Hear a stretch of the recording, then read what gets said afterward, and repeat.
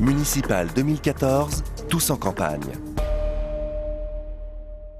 Quand Andrew débarque avec son camion cuisine sur la place de l'église, mieux vaut avoir réservé à l'avance. Ce soir-là, c'est fish and chips à Aimé. Oui, ça marche très bien. Ici, il y a beaucoup d'anglais. Parmi la clientèle, 80% d'anglais et beaucoup d'habitués.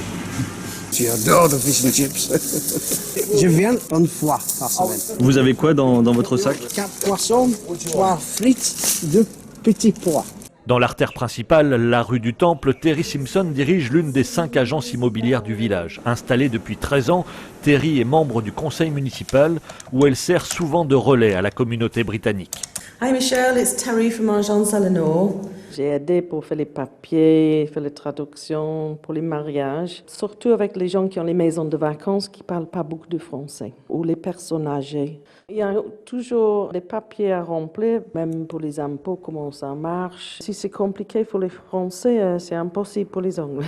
Pour les Anglais, la vie s'est organisée, notamment au sein de l'association franco-britannique qui propose de nombreuses activités à ses 350 adhérents. Les cours de langue, la peinture, les photographes, le jardinage, généalogie, beaucoup de choses.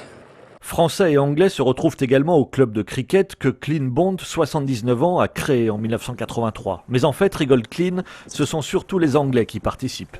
On essaie de faire jouer les Français, mais il y en a très peu qui s'adaptent aux règles, au rythme un peu spécial. Avec sa place pavée, ses maisons à colombages, sa campagne qui rappelle le sud de l'Angleterre, mais en plus ensoleillé, Aimé a de quoi séduire. Autre atout, le village n'est situé qu'à 30 minutes de l'aéroport de Bergerac, d'où les compagnies low cost desservent Londres, mais aussi Glasgow, Manchester et Dublin. Il y a bien eu quelques grincements de dents quand l'arrivée massive des Anglais a fait flamber les prix de l'immobilier.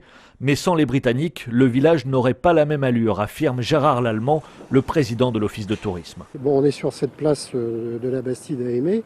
Je décompte, il y a une cave qui est tenue par une Britannique. Il y a un petit restaurant qui est là-bas, qui est tenu par les Britanniques. Il y a une agence immobilière, sinon 2, qui sont tenues par les Britanniques. Ça a aussi amélioré la fréquentation de certains commerces, de certains restaurants qui, s'il n'y avait pas la clientèle britannique, seraient fermés en hiver. Cette année encore, un Anglais figure sur la liste présentée par le maire sortant, Jérôme Bétail. Signe pour l'élu que le mélange franco-britannique a réussi dans son village. Le maire que je suis ne pourrait pas supporter que l'on vive l'un à côté de l'autre. Il y a 40 ans de ça, ils arrivaient, ils étaient entre eux. Aujourd'hui, je pense que les Anglais, les Irlandais, les Écossais, les Gallois que nous avons ici, se sont intégrés à notre population. Et ça, c'est quelque chose de très important. Reste une anomalie, il n'y a pas encore de jumelage entre Aimé et un village britannique. Ce sera l'un des objectifs de la prochaine municipalité, histoire d'entretenir l'entente cordiale entre Français et Anglais.